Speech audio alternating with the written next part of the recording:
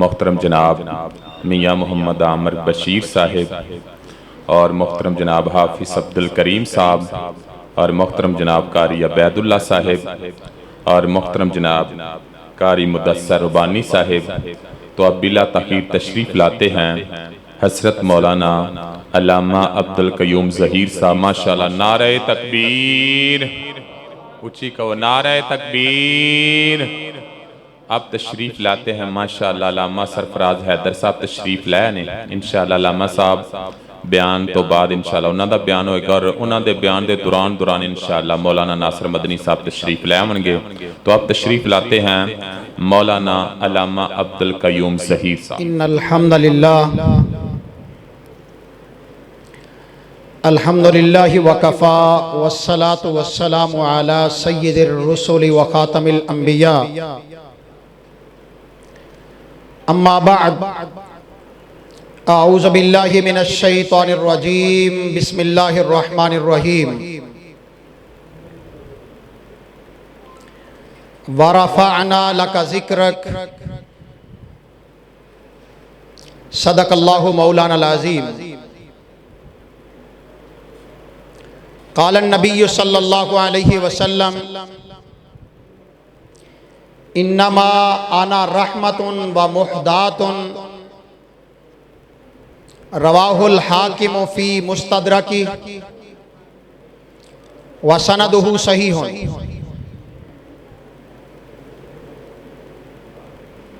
وہ بجلی کا کڑکا تھا یا صوت ہادی،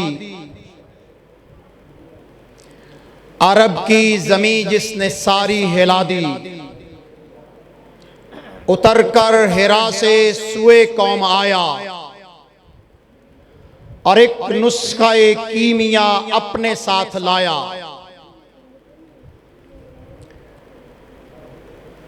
حضرات ذی وقار، ہر قسم کی حمد و ثنا اللہ ذوالجلال والاکرام کے لیے۔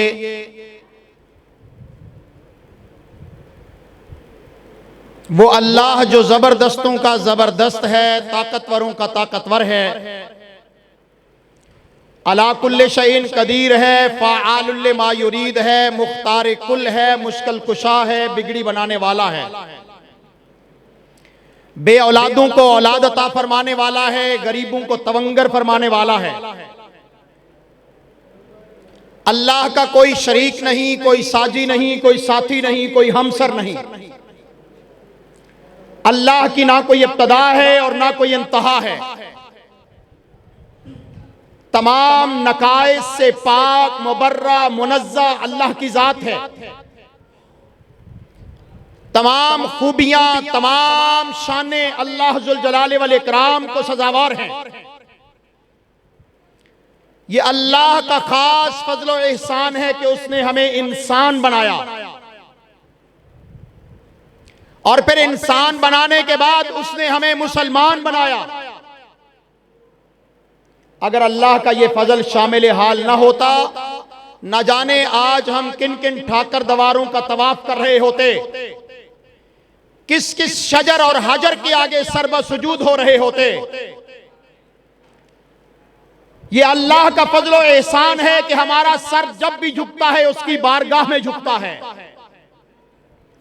ہمارا دل جب بھی دھڑکتا ہے اللہ کی یاد میں دھڑکتا ہے، اور ہمارے ہاتھ جب بھی بلند ہوتے ہیں اسی کی بارگاہ قدوس میں بلند ہوتے ہیں۔ لاکھوں کروڑوں درود و سلام ہوں انبیاء کرام علیہ السلام پر، جو سیدنا آدم علیہ السلام سے شروع ہوئے، اور سب سے آخر میں تشریف لانے والے میرے اور آپ کے رہبر و رہنما، پیشوا، مقتدا محمد مصطفیٰ صلی اللہ علیہ وسلم پر، کہ جنہیں رب کائنات نے رحمت کائنات بنا کر پوری انسانیت کی رشد و ہدایت کا بندوبست فرمایا۔ صاحبوں اور ساتھیوں، شان رحمت للعالمین کانفرنس مغرب کے بعد سے شروع ہے، اور رات گئے تک الحمدللہ یہ جاری اور ساری رہے گی۔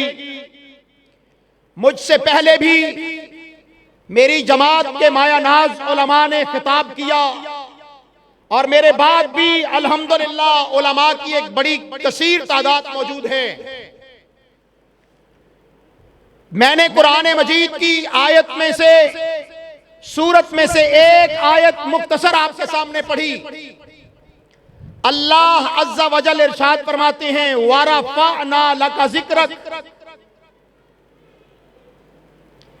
اے محمد صلی اللہ علیہ وسلم، ہم نے آپ کے ذکر کو، آپ کی یاد کو، آپ کے تذکرے کو، آپ کے ذکر جمیل کو ہم نے بلند و بالا کر دیا. دہر میں اسم محمد سے اجالا کر دے. اقبال علیہ الرحمہ نے اسی چیز کو بیان کیا وَرَفَعْنَا لَكَ ذِكْرَكَ. نبی کائنات محمد صلی اللہ علیہ وسلم سے پہلے کثیر تعداد میں انبیاء کرام تشریف لائے. سب شان والے، سب مقام والے، سب رفعت والے، سب جلال والے. لیکن جو مقام، جو شان، جو بلندی، جو عزت، جو رفعت محمد رسول اللہ صلی اللہ علیہ وسلم کو ملی ہے، کائنات کے تمام انبیاء کو وہ شان اور مقام نہیں ملا. قرآن مجید تیسرا پارہ اللہ عز و جل پہلی آیت میں ارشاد فرماتے ہیں تِلْكَ الرُّسُلُ فَضَّلْنَا بَعْضَهُمْ عَلَى بَعْضٍ مِّنْهُمْ مَنْ كَلَّمَ اللَّهُ وَرَفَعَ بَعْضَهُمْ دَرَجَاتٍ وَآتَيْنَا عِيسَى ابْنَ مَرْيَمَ الْبَيِّنَاتِ وَأَيَّدْنَاهُ بِرُوحِ الْقُدُسِ. اللہ فرماتے ہیں یہ نبیوں کی عزت والی جماعت، ان میں سے بعض کو ہم نے بعض پر مقام دیا، فوقیت دی، عزت دی، احترام دیا.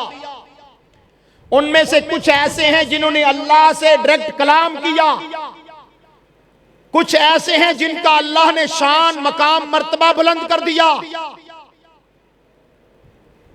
حضرات، سارے نبی محترم، سارے نبی محتشم، سارے نبی مکرم، کیونکہ ہم مسلمان ہیں اور ہم اس وقت تک مسلمان نہیں ہو سکتے جب تک آدم سے لے کر محمد صلی اللہ علیہ وسلم تک تمام نبیوں رسولوں پر ایمان نہ لے آئیں. ان میں سے کسی ایک سے بھی اگر ہمارے دل میں ایک رتی کے برابر، ایک رائی کے دانے کے 1000ویں حصے میں بھی کوئی ذرا سی میل کچیل آ جائے تو ہم مومن مسلمان نہیں ہو سکتے. یہودیوں نے بنی اسرائیل کے نبیوں کو مانا، لیکن موسیٰ علیہ السلام کے بعد جناب عیسیٰ علیہ السلام کی تکذیب کر دی، کافر ہو گئے. جناب محمد رسول اللہ صلی اللہ علیہ وسلم کی تکذیب کر دی، کافر ہو گئے. عیسائیوں نے موسیٰ علیہ السلام اور ان سے پہلے نبی اور اسی طرح عیسیٰ علیہ السلام کو بھی مانا، لیکن محمد رسول اللہ صلی اللہ علیہ وسلم کو نہیں مانا، کافر ہو گئے. مسلمان ہیں کہ آدم سے لے کر محمد صلی اللہ علیہ وسلم تک جتنے نبی رسول اللہ کی طرف سے آئے ہیں ہم ان سب پر ایمان لاتے ہیں کہ وہ اپنے اپنے وقت میں، اپنے اپنے علاقے میں، اپنی اپنی قوم کے لیے، اپنے اپنے ملک کے لیے رب کی توحید کا پیغام لے کے آئے، اپنی نبوت اور رسالت کا پیغام لے کے آئے. اور ان کی نبوت اور رسالت میں ایک پیغام قدر مشترک تھا، لوگوں ہماری نبوت چل رہی ہو، ہماری کتاب آ گئی ہو، ہمارا ڈنکا بج رہا ہو، ثم جاءکم رسول مصدق لما معکم لتؤمنن به ولتنصرن قال اقررتم واخذتم على ذلكم عسری قالوا اقررنا قال فاشهدوا وانا معكم من الشاہدین. اللہ تبارک و تعالی نے نبیوں رسولوں سے یہ دعویٰ، یہ عہد و پیمان لے لیا کہ تم تو نبی رسول ہو، تمہیں میں کتاب دے دوں، شریعت دے دوں، پھر میرا رسول محمد صلی اللہ علیہ وسلم آ جائے، ان کے آ جانے کے بعد تم ان سے کیا سلوک کرو گے؟ کہا اللہ ہم ان پر ایمان لائیں گے، اس کی کتاب کی تائید و نصرت کریں گے، اس کی شریعت کا پیغام پھیلائیں گے. لَتُؤْمِنُنَّ بِهِ وَلَتَنْصُرُنَّ. تو نبیوں نے اس بات پر ایمان و اقرار کیا، تب اللہ نے انہیں نبوت سے سرفرازا۔ پکا برج کے مسلمانوں، میرے بھائیوں، میری بات کو کان کھول کے دل میں جگہ دیجئے، رات کی تنہائی میں علیحدہ بیٹھ کے سوچئے مسلک اہل حدیث کی دعوت کیا ہے، ہمارا نکارہ کیا ہے، ہمارا آوازہ کیا ہے۔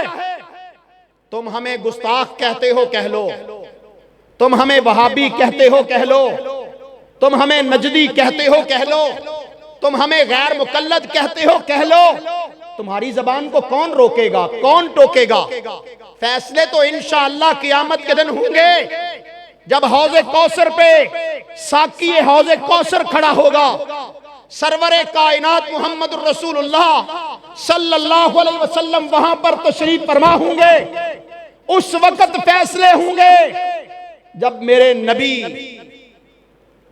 ہمیں حوض کوثر پلائیں گے کہ آ جاؤ اہل حدیثو، تمہیں میری دعوت کے پھیلانے کی وجہ سے، میری توحید کو عام کرنے کی وجہ سے، میرے مشن کو چار چاند لگانے کی وجہ سے ہتھ کڑیوں کا سامنا کرنا پڑا، بموں کے دھماکے سہنے پڑے، تمہیں جیلوں میں جانا پڑا، لوگوں کی گالیوں کو تم نے سنا، لوگوں کے طعن و تشنیع کو تم نے برداشت کیا، نہ تم نے رب کی توحید میں کسی قسم کی آمیزش کی، نہ محمد رسول اللہ صلی اللہ علیہ وسلم کے مرتبے، مقام، شان، عزت اس میں کسی قسم کی کمی کی یا اس میں کوئی اضافہ کیا۔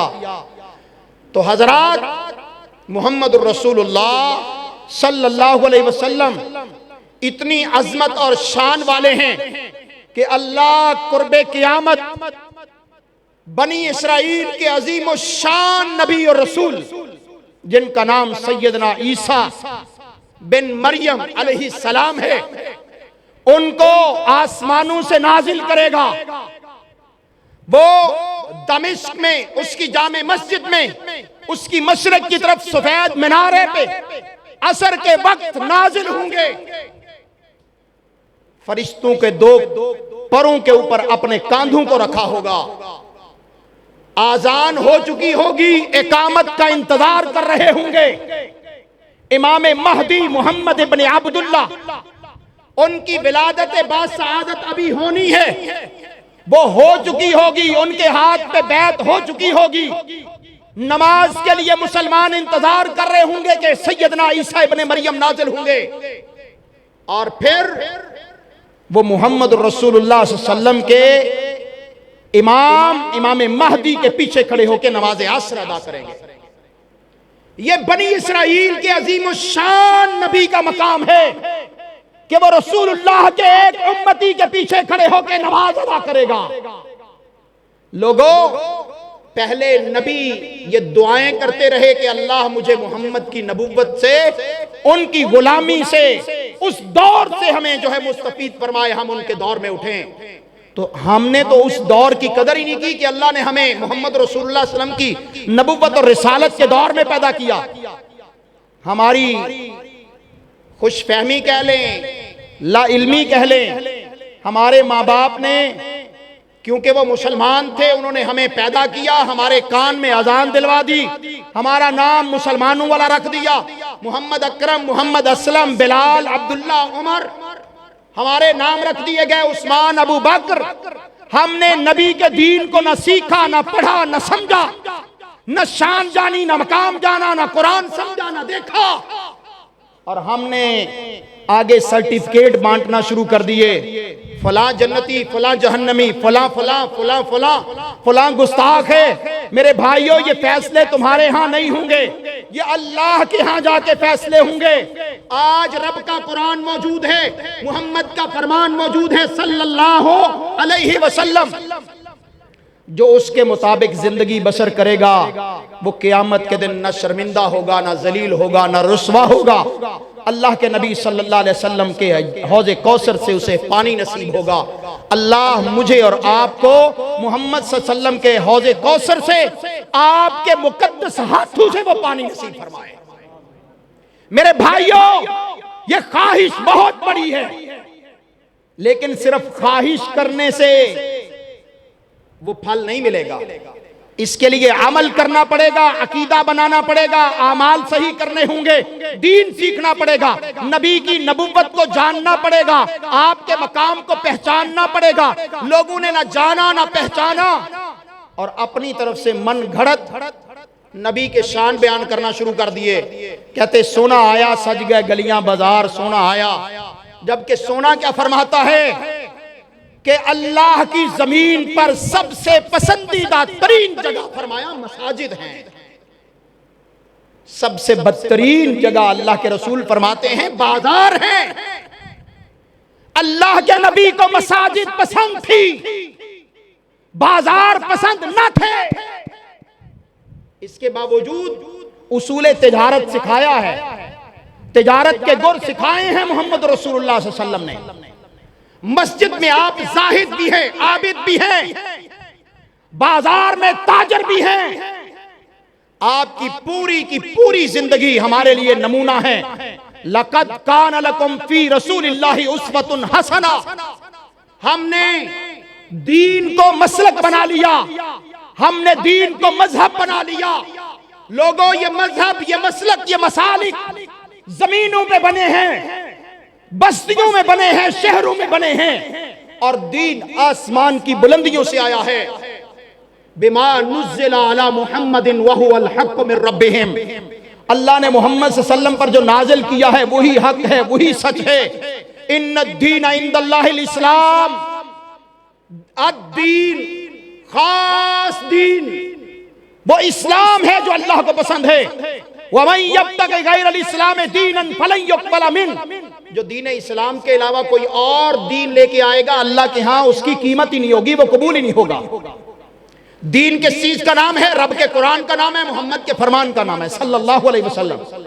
قرآن کو اور نبی کے فرمان کو سمجھنا کیسے ہے؟ صحابہ کرام رضوان اللہ علیہ مجمعین کے فہم سے, ان کے شاگردان رشید, تابعین, اتباع تابعین کے فہم سے. وہ جو قرون اولا ہے, خیر القرون ہے, ان میں صحابہ نے اور ان کے شاگردوں نے نبی سے یہ مسئلہ کیسے سیکھا, کیسے سمجھا, عمل کیسے کیا. اسی لیے ہم اہل السنہ والجماع ہیں, اسی لیے ہم اہل الحدیث ہیں کہ ہم دین کو اس طرح لیتے ہیں جس طرح محمد صلی اللہ علیہ وسلم نے اپنی امت کو دیا. نبی کائنات صلی اللہ علیہ وسلم فرماتے ہیں انما انا رحمت و مہدات. لوگو یقیناً میں اللہ کی طرف سے رحمت بنا کے بھیجا گیا ہوں اور میں تمہارے لیے اللہ کی طرف سے تحفہ آیا ہوں. کس قدر وہ بدنصیب انسان ہوگا جو رب کی رحمت کا احترام نہ کرے, اس کے مقام کو نہ جانے, اس کے حقوق کو نہ جانے. اور وہ کس قدر گھٹیا انسان ہوگا جو اللہ کی طرف سے آئے ہوئے تحفے کو چھوڑ کے, محمد صلی اللہ علیہ وسلم اللہ کا تحفہ ہیں. اگر قرآن کو دوسری جگہ پر ہم پڑھتے ہیں, اللہ کہتے ہیں میں نے تم پر لقد من اللہ علی المؤمنین اذ بعث فیہم رسولا, میں نے تمہارے اوپر احسان عظیم کیا ہے محمد صلی اللہ علیہ وسلم کو بھیج کر. کیونکہ یہ اللہ کے خاص الخاص نبی ہیں. یہ احسان عظیم کا ہم نے حق ادا نہیں کیا, رحمت للعالمین کا ہم نے حق ادا نہیں کیا. لوگوں ہم نے آپ کی دعوت کو چھوڑا ہوا, آپ کے عقیدے کو چھوڑا ہوا. ہم کہتے ہیں جو جہاں لگا ہے لگے رہنے دو, ہر ایک ٹھیک ہے, کسی کو چھیڑو نہیں, اپنا چھوڑو نہیں. میرے بھائیوں جو کلمہ پڑھتے ہو نا, لا الہ الا اللہ محمد رسول اللہ, یہ نعرہ جو ہے نا بڑا خوشنما ہے. کسی کو چھیڑو نہیں, اپنا چھوڑو نہیں. یہ اس کلمہ توحید کے مخالف ہے. جو جہاں لگا اسے لگا رہنے دو. اگر کوئی آپ کی جیب کے ساتھ لگ جائے تو مولوی لگنے دے گا, کہے گا چور چور چور آ گیا. اور دین میں جس کا دل کرے نقب لگا لے, سن لگا لے, دین کو اپنی مرضی سے بڑھا لے, کم کر لے, کہے گا جو جہاں لگا ہے لگا رہنے دو. یہ دین کا مذاق ہے, یہ محمد کی شریعت کا مذاق ہے صلی اللہ علیہ وسلم. آپ کے تحفہ ہونے کا حق یہ ہے کہ آپ کی عزت کی جائے, آپ کا احترام کیا جائے, آپ کے مقام کو جانا جائے, آپ کی بات کو مانا جائے. پکا برج والے, نمازیوں, مسلمانوں, میرے بھائیوں, میرے بزرگوں, میری بہنوں, نبی کائنات کی ذات سب سے اعلیٰ ہے. کسی کو اعتراض ہے آپ کی ذات پہ؟ نہیں ہے۔ ابو جہل کو بھی اعتراض نہیں تھا آپ کی ذات پر، ابو لہب کو بھی محمد صلی اللہ علیہ وسلم کی ذات پر اعتراض نہیں تھا۔ وہ بھی کہتا تھا یہ قریشی ہے، یہ ہاشمی ہے، یہ مطلبی ہے، یہ اعلیٰ ہے، یہ پوتر ہے، یہ صادق ہے، یہ امین ہے۔ یہ مکہ کا بدترین دشمن بھی محمد صلی اللہ علیہ وسلم کو کہتا تھا۔ اختلاف کہاں ہوا؟ جب یہ کہا گیا کہ میں محمد بن عبداللہ کے ساتھ محمد الرسول اللہ بھی ہوں، اب تم نے میری بات بھی ماننی ہے، میری اطاعت و اتباع بھی کرنی ہے، میری دعوت کو سمجھنا ہے، میرے مشن کو جاننا ہے، میرے پیچھے چلنا ہے، میرے کہنے پر لگنا ہے۔ ما آتاکم الرسول فخذوہ وما نہاکم عنہ فانتہوا، میرا حبیب جو دے دے اسے لے لو، جس سے روک دے اس سے رک جاؤ۔ اس کا مطلب ہے اسلام کی کچھ باؤنڈری ہے، اس کی کچھ دیوار ہے، اس کے کچھ پیرامیٹرز ہیں، اس کے اندر رہنا ہے۔ اس سے باہر نکلیں گے تو نبی کی مخالفت ہو جائے گی، اس کے اندر رہیں گے آپ کی جنت پکی ہو جائے گی۔ میرے بھائیوں، نبی کائنات صلی اللہ علیہ وسلم کی صرف شان ہی نہیں سنا کرو، آپ کی عزت احترام کے ساتھ آپ کا جو حق ہے وہ آپ کی اطاعت اور اتباع ہے، اس کو بھی جانا کرو کہ ہمیں کرنا کیا ہے۔ جھنڈیاں لگا لینا تو کافی نہیں ہے نا، جشن منا لینا تو کافی نہیں ہے۔ آپ کی دعوت ہے، جس دعوت کو ابو بکر نے سینے سے لگایا، مکے کا امیر ترین بندہ، کپڑے کا کاروبار کرنے والا، اور مکے کا یہ چیف جسٹس تھا۔ آج کے چیف جسٹسوں کی طرح نہیں جو اپنے سامنے کھڑے ہوئے کلائنٹ کو دیکھ کر فیصلہ بدل لیتے ہیں کسی دباؤ کو۔ یہ ابو بکر صدیق تھے جو پورے عرب کے مکہ کے چیف جسٹس تھے۔ لوگ ان کے پاس اپنے فیصلے لے کے آتے تھے، کتنے دانا ہوں گے، کتنے عقل مند ہوں گے، کتنے زیرک ہوں گے۔ انہوں نے محمد صلی اللہ علیہ وسلم پر ایمان لایا، مکہ والوں نے ان کا جینا دوبر کر دیا، ان کو مکہ میں رہنا مشکل ہو گیا، یہاں تک کہ صحیح البخاری میں حدیث ہے یہ اپنا گھر بار چھوڑ کے کیوں گئے؟ اپنے گھر کے اندر ابو بکر صدیق رضی اللہ عنہ کو یہ اعزاز اور شرف حاصل ہے کہ اسلام میں سب سے پہلی مسجد جو بنائی گئی وہ ابو بکر صدیق کے گھر کو بنایا گیا۔ بیت اللہ میں عبادت کرنے سے کفار روکتے تھے، ابو بکر نے اپنے گھر میں مسجد بنا لی۔ ہم مرکز مدینہ میں اس وقت بیٹھے ہیں، اللہ اس کو دن دگنی رات چگنی ترقی عطا فرمائے۔ مومن کا دل کرتا ہے اللہ اسے جگہ دے، وہ اللہ کا گھر بنائے۔ ابو بکر نے اپنے گھر میں مسجد بنا لی۔ جب مکہ میں بیت اللہ میں عبادت کی اجازت نہیں ہوتی تھی، ابو بکر اپنے گھر میں کھڑے ہو کے نماز پڑھتے تھے، قرآن کی تلاوت کرتے تھے۔ ابو بکر کی قرآن کی تلاوت اتنی پرسوز تھی، لوگوں کو مدہوش کر دینے والی ہوتی تھی کہ مکہ کے بازار، گلیاں، چوراہے، چوک بھر جاتے تھے، پیک ہو جاتے تھے۔ لوگ اپنے گھروں سے نکل کر ابو بکر سے قرآن کی تلاوت سنتے تھے۔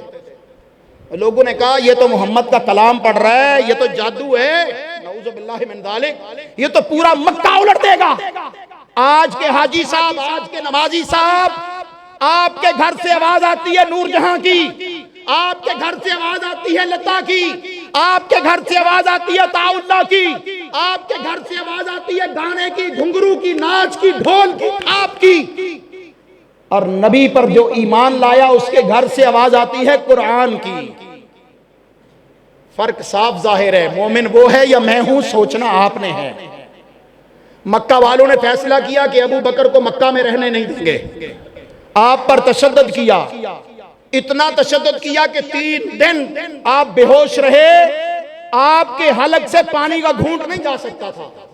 جب ہوش آئی، پورا قبیلہ آپ کے اوپر جھمگٹے کی طرح کھڑا ہے۔ ہوش آئی، آنکھیں کھولی، سب سے پہلے پوچھا کیا؟ میرے آقا و مولا، میرے پیر و مرشد محمد صلی اللہ علیہ وسلم، آپ کا کیا حال ہے؟ قوم ناراض ہو گئی، جس کی خاطر مار پٹی، آنکھ کھلی، ہم اتنی دیر سے تڑپ رہے تھے، ابو بکر کو ہوش آ جائے، ابو بکر کی جان بچ جائے۔ آنکھ کھولی تو سب سے پہلے بولا کیا کہ میرے نبی محمد صلی اللہ علیہ وسلم کا حال کیا ہے۔ لوگوں، یہ ہوتی ہے محبت، یہ ہوتی ہے عقیدت، یہ ہوتی ہے مشن سے وفاداری۔ ابو بکر کو مکہ سے نکال دیا گیا۔ ابو بکر صدیق نے کہا جس مکہ میں رب کا قرآن نہیں پڑھ سکتا، محمد کا ساتھ نہیں دے سکتا، میں اس مکہ میں نہیں رہ سکتا۔ نکل کے جا رہے، آگے سے ابن دغنا آتا ہے، مکہ کا ایک بڑا سردار چودھری پہلوان، دیکھا ابو بکر جا رہے ہیں، کہا ابو بکر کدھر جا رہے ہو؟ کہا تیرے شہر والوں نے مجھے وہاں سے نکال دیا ہے، رہنے نہیں دیا ہے۔ کہا آؤ ابن دغنا تمہیں پناہ دیتے ہیں، تمہیں مکہ سے جانے کی اجازت نہیں ہے، اگر تم مکہ سے چلے گئے تو مکہ پر کہیں عذاب نہ آ جائے۔ کہا انک لتصل الرحم وتحمل الکل وتعین علی نوائب الحق، وہی صفات جو اماں خدیجہ نے نبی کائنات کے متعلق پہلی وحی نازل ہونے پر جب اقرا بسم ربک الذی خلق نازل ہوئی تھی، جو صفات نبی کی بتائی اماں خدیجہ نے، وہی صفات مکہ کا ایک دشمن بتا رہا ہے ابو بکر میں۔ کیا مطلب ہے؟ جب نبی کا کلمہ پڑھ لے تو پھر بندے میں جھلک نظر آنی چاہیے اس کے نبی کی، اس کے رسول کی، اس کے کردار کی، نبی کی اخلاق کی، نبی کی سیرت کی، نبی کی صورت کی، نبی کی نماز کی، نبی کے روزے کی، نبی کے حج کی، نبی کے زکوٰۃ کی۔ یہ نہیں جو جہاں لگا ہے اسے لگا رہنے دو، کسی کو چھیڑو نہیں، خود کو چھوڑو نہیں۔ انا للہ و انا الیہ راجعون۔ پھر تم نے نبی کو سمجھا ہی نہیں ہے۔ نبی کا مقام کیا ہے؟ اس کو مانا جائے، اس کی بات کو پرکھا جائے اور اس کی بات کے مطابق اپنی زندگی کو بسر کیا جائے۔ میرے بھائیوں، جبریل امین اتنے عظیم و شان اللہ کے فرشتے ہیں کہ یہ تمام فرشتوں کے سردار ہیں۔ انہوں نے 1,00,000 سے زائد انبیاء کرام پر اللہ کی نبوت اور رسالت کا پیغام اور کتابیں لائے ہیں۔ ہر نبی پر انہوں نے اللہ کا پیغام پہنچایا۔ یہ فرماتے ہیں قلبت الارض من مشارقها الى مغاربها فلم اجد باحسن محمد صلی اللہ علیہ وسلم۔ جبرائیل فرماتے ہیں میں نے مشرق سے لے کر مغرب تک، مغرب سے لے کر جنوب تک، شمال جنوب تک ساری زمین اس کا چپا چپا چھان مارا ہے، میں نے محمد صلی اللہ علیہ وسلم سے زیادہ حسین و جمیل نہیں پایا۔ لوگوں، آپ کے حسن و جمال کا تذکرہ اہل حدیث کی دل کی راحت ہے، سکون ہے، چین ہے، لیکن آپ کا مشن، آپ کی دعوت، آپ کا نظریہ، جس کی خاطر بدر قائم ہوا، جس کی خاطر احد قائم ہوا، جس کی خاطر خندق بپا ہوا، جس کی خاطر حدیبیہ میں 1400 صحابہ نے بیعت رضوان کی، نحن الذین بایعوا محمد علی الجہاد ما بقینا ابدا، جب تک زندہ رہیں گے نبی کے دین سے وفاداری کرتے رہیں گے، غداری نہیں کریں گے۔ کیوں بھائی؟ نبی کریم صلی اللہ علیہ وسلم کی صورت مبارک آپ کو پسند ہے؟ پکا برج والو، نبی صلی اللہ علیہ وسلم سے زیادہ کوئی خوبصورت کائنات میں ہو سکتا ہے؟ بولو، نہیں ہو سکتا۔ تو نبی کائنات کی داڑھی مبارک تھی کہ نہیں تھی؟ آج کا مسلمان کیوں نہیں رکھتا؟ میں نہیں کہتا کہ تم داڑھی رکھ لو، میں تمہیں نبی کا فرمان سناتا ہوں کہ آپ نے فرمایا کہ داڑھی کو معاف کرو، مونچھوں کو بست کرو۔ نبی کی سیرت یہ ہے، ربیع الاول کے مہینہ میں آپ کی تشریف آوری کا حق یہ ہے کہ جو بے نماز تھا نمازی بن جائے، جو داڑھی منڈواتا ہے وہ داڑھی رکھ لے، جو سود کا کاروبار کرتا ہے وہ سود سے توبہ کر لے، جو زنا اور بدکاری پہ لگا ہوا ہے وہ تائب ہو جائے، جس کی بیٹی میں پردہ ہے وہ پردے میں آ جائے، جس کی بیوی اللہ رسول کے احکام و فرامین سے پیچھے ہے وہ آگے آ جائے۔ تب تو آپ کے آنے کا مقصد ہمیں سمجھ آ گیا۔ ابوالکلام آزاد رحمت اللہ تعالی علیہ مجھے یاد آ گئے، فرماتے ہیں یہ ربیع الاول کا مہینہ، اس میں جو پیغام آپ لے کے آئے، آئے کاش ہم نے وہ پیغام فراموش کر دیا، ہم نے اپنے گھروں کو برقی کمکموں سے جگمگا لیا، ہم نے اپنے بازاروں میں جھنڈیاں لگا لی۔ ابوالکلام آزاد لکھ رہے کاش ہمیں روشنی کا ایک شمع نہ ملا ہوتا، اپنے گھروں کو کوئی چراغاں نہ کیا ہوتا، ہم وہ فاران کی چوٹیوں سے آئے ہوئے پیغام کو اس دعوت کو جان چکے ہوتے، اس پر عمل کر رہے ہوتے تو ہم کامیاب ہوتے، آج کی طرح ذلیل و رسوا نہ ہوتے۔